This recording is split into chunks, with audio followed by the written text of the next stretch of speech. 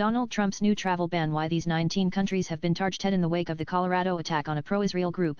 U.S. President Donald Trump has signed a sweeping new proclamation imposing travel restrictions on citizens from 19 countries, citing national security threats. The attack, carried out by an Egyptian man who set fire to peaceful protesters seeking the release of Israeli hostages in Gaza, was directly referenced by Trump as he announced the decision on his social media platform, Truth Social. The proclamation fully bans entry from 12 countries: Afghanistan, Myanmar, Chad, the Republic of the Congo, Equatorial Guinea, Eritrea, Haiti, Iran, Libya, Somalia, Sudan, and Yemen. An additional 7 countries: Burundi, Cuba, Laos, Sierra Leone, Togo, Turkmenistan, and Venezuela face partial restrictions across both immigrant and non-immigrant visa categories, including B1, B2, F, M, and J visas. According to a statement from the White House, the countries facing the full ban were found to be deficient with regards to screening and vetting and were determined to pose a very high risk to the United States. Central to the administration's justification is the claim that many of these countries pose heightened risks due to terrorism links, extremism, or state-sponsored activity. As and Trump stated while signing the order, "We cannot have open migration from any country where we cannot safely and reliably vet and screen. That is why today I am signing a new executive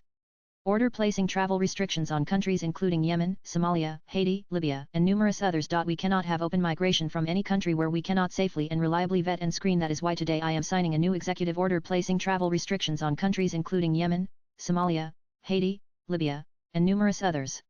President Trump pic.twitter.com or 7 NGM 4-2 The White House June 4, 2025. Beyond direct terrorism links, many of the countries targeted in Trump's travel ban share one common trait: deep state fragility.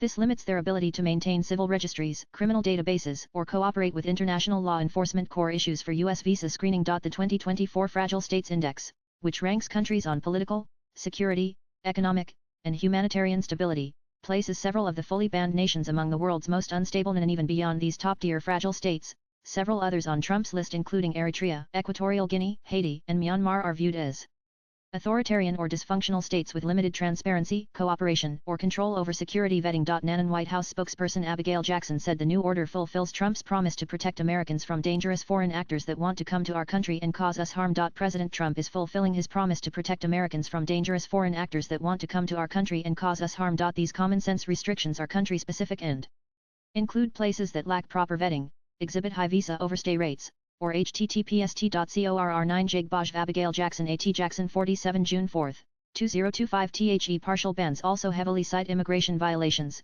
particularly high visa overstay rates, as a factor for restricted entry. NAN and other countries like Laos, Sierra Leone, Togo, Turkmenistan, Burundi, Cuba, and Venezuela have been flagged for non-compliance with U.S. visa tracking and insufficient cooperation with law enforcement. The latest order revives and broadens Trump's earlier 2017 travel ban, which initially targeted 7 Muslim-majority nations, including Iraq, Syria, Iran, Sudan, Libya, Somalia, and Yemen. That policy was rescinded by former President Joe Biden in 2021, who called it a stain on our national conscience. President Trump reinforced the rationale behind the decision, saying we will restore the travel ban, some people call it the Trump travel ban, and keep the radical Islamic terrorists out of our country. That was upheld by the Supreme Court. Swipe left for next video. While officially framed as a national security measure, Trump's revived travel ban reflects a combination of terrorism threats, fragile state risks, and visa enforcement failures. The move also aligns with his broader America First approach to immigration and border security. With implementation set to take effect at 12:01 a.m. on Monday, June 9, thousands of travelers, students, and families across these nations will now face an uncertain future. Latest blogs